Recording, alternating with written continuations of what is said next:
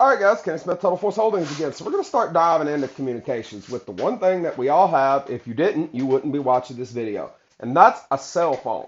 Now, you have to understand how a cell phone works. That way you understand its limitations. First off, it's a line-of-sight radio. Why do you think cell phone towers are so damn tall?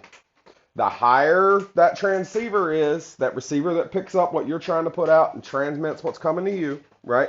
The higher the transceiver is, the more line of sight it has to other stuff.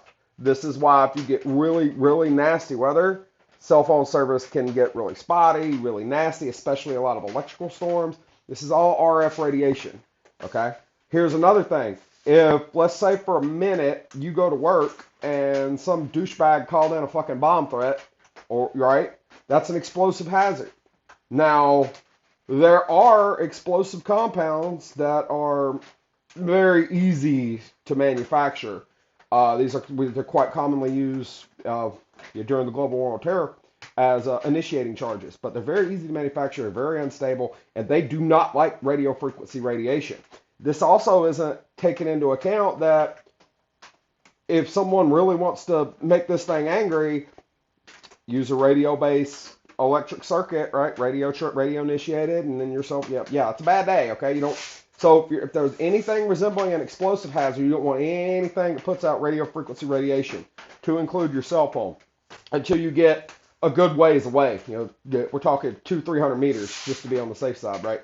So weather can interfere with it. There may be certain hazards where you have to turn it off. Okay?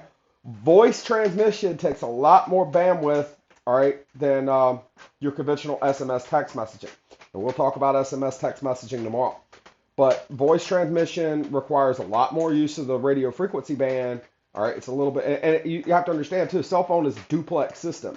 I can talk to you while you're talking to me. It's not like I got to hit a Pt2 and you can't say a thing. All right, so this right here, this whole idea of duplex radio kind of makes things a lot more complicated, and thus makes it a lot more susceptible to going out. Another thing, batteries. I know a lot of people who will let their cell phone batteries get really, really low. That's a problem, okay? You need to make sure you keep that thing charged up, because you never know when you're going to need it, like for an emergency, and you never know how long you're going to be on the phone with a dispatcher. So make sure you keep your phone charged. Understand, it is a radio device, so everything that affects the radio affects your cell phone. It is line of sight, so the further away, maybe down in a valley, whatever you get from the tower, the worse your signal. Understand the limitations. It's a great communications tool. Patreon link in the bio and the link tree below. Y'all stay safe. Have a good one.